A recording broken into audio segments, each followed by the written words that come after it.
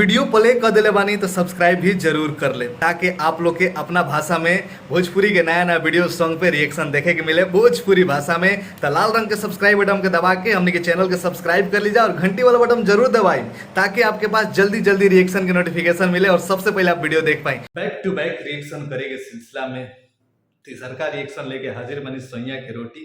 अभी गाना आप लोग के बीच में कब जाए क्या ना जाए, कब रिएक्शन आप लोग देखे के मिली, हमारा कोनो पता नहीं है। खेसारी लाल यादव जी का भी एगो गाना रिएक्शन पे नहीं है तो कुत्ते से दिल लगा ले, ओकरा पहले पवन सिंह के गाना रसूला पे जो आइल बा धन धुआं धुआं हो जाए। तीसर का रिएक्शन सैया के रोटी क्या आप लोग बीच में चाहे नहीं कि सब रिएक्शन एक दिन बैठल बनी 25 तारीख के 4 बजे से रिएक्शन करे बैठल बनी 4:20 हो रहा बा ना, 4 बजे से पहले ही बैठल रही, टाइम याद नहीं किया। तो चलिए रिएक्शन तीसरा का चालू बा सैया के रोटी।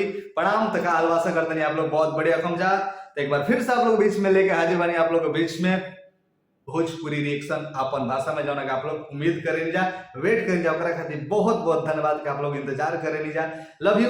तो चलिए रिएक्शन शुरू कर जाओ। पहले एगो भाई आपसे रिक्वेस्ट करला भैया कृपा से और आप लोग सपोर्ट रही तो जरूर, अब क्या मिली हमारा नहीं के पता, बस जरूर कुछ मिली अच्छा मिली, सपोर्ट करी जा। दिल के कोनो कहीं कोनावा में तनिया से हमरो को जगह दे दी जा, हमारे गाना के सुनी जा। हमारा पता बा आप लोग सुने नहीं जा, कमेंट भी कई हमारा पढ़े के मिलेला, बड़ा अच्छा लगेला, लेकिन उम्मीद इतने खरे नहीं, यही से रिक्वेस्ट करनी कि शेयर करम जा अपना सोशल मीडिया अकाउंट पे, फेसबुक व्हाट्सएप एकदम फैला देम जा, गर्दा मचा देम जा और शेयर करम जा। यही उम्मीद आप लोग से बा के शेयर जरूर करम जा। हमारा गाना के जीजी तिवारी ऑफिशियल पे कई गाना रिलीज बाटे, नीचे अभी जो नया गाना हो ये गाना वीडियो के नीचे डिस्क्रिप्शन में लिंक आप लोग को मिल जाए। बाकी जीजी तिवारी ऑफिशियल हमारे चैनल के कम्युनिटी में जाए जा, तो जौन भी कंपनी से फिलहाल गाना रिलीज बा वो आप लोग के बीच में आ गई। जय भोजपुरी। तो चलिए रिएक्शन कर जाओ, एकदम गाला जौन बाप जवाब दे रहा बाबा, तो रिएक्शन कर जाओ।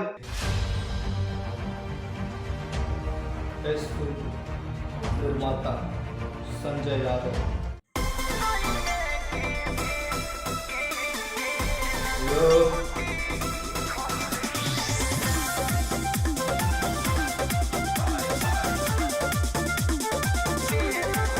हरियाली लौका तो जा रहा है, लुक तो एकदम मजेदार आ रहा है, बॉडी लौके सबको यो बॉडी लौका था दूल्हा आदमी। पहले से ज्यादा लगे ना चॉकलेटी, हर 2 महीना में बनल बहपेटी।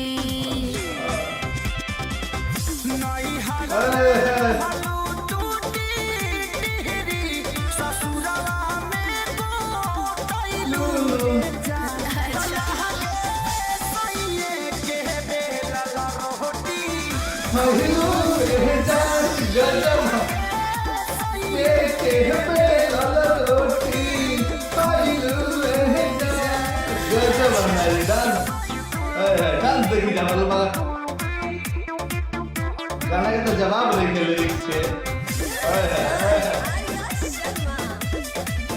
हमें खेसारी के परफॉर्मेंस आप बता दीजिए।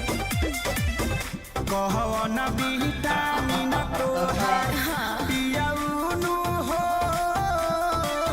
पियाइले बारे, सेवा सेवा दानी लागे जमकेनु हो पहिले। लिरिक्स जबरदस्त नाइस। उसे तोरा का मतलब बा सुख पावे है कितना कहीं हो, हम दिन भर बैठल रही हो, का बुझला सारा धाम गजब गजब।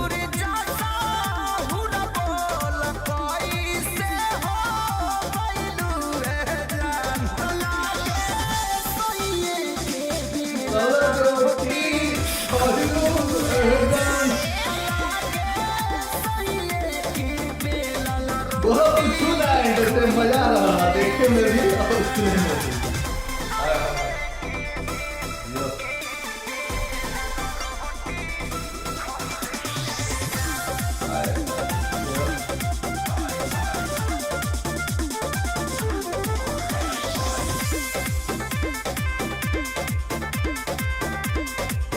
कैमरा मैन के सैल्यूट बटन एंगल से देखा हुआ था।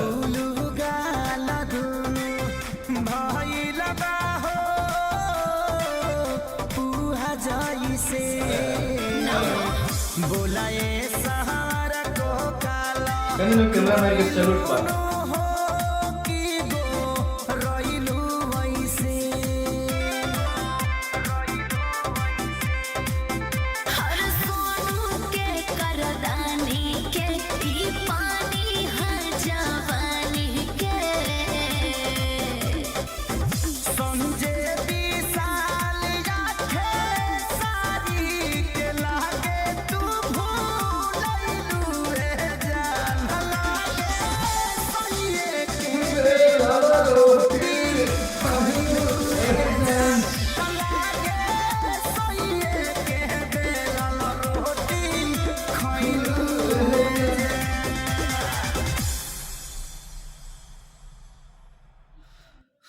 है गाना एकरा के नु कहल जाला जौन खामोश कर देबे काहे खामोश कइला सा रिव्यू पार्ट में चली मिलता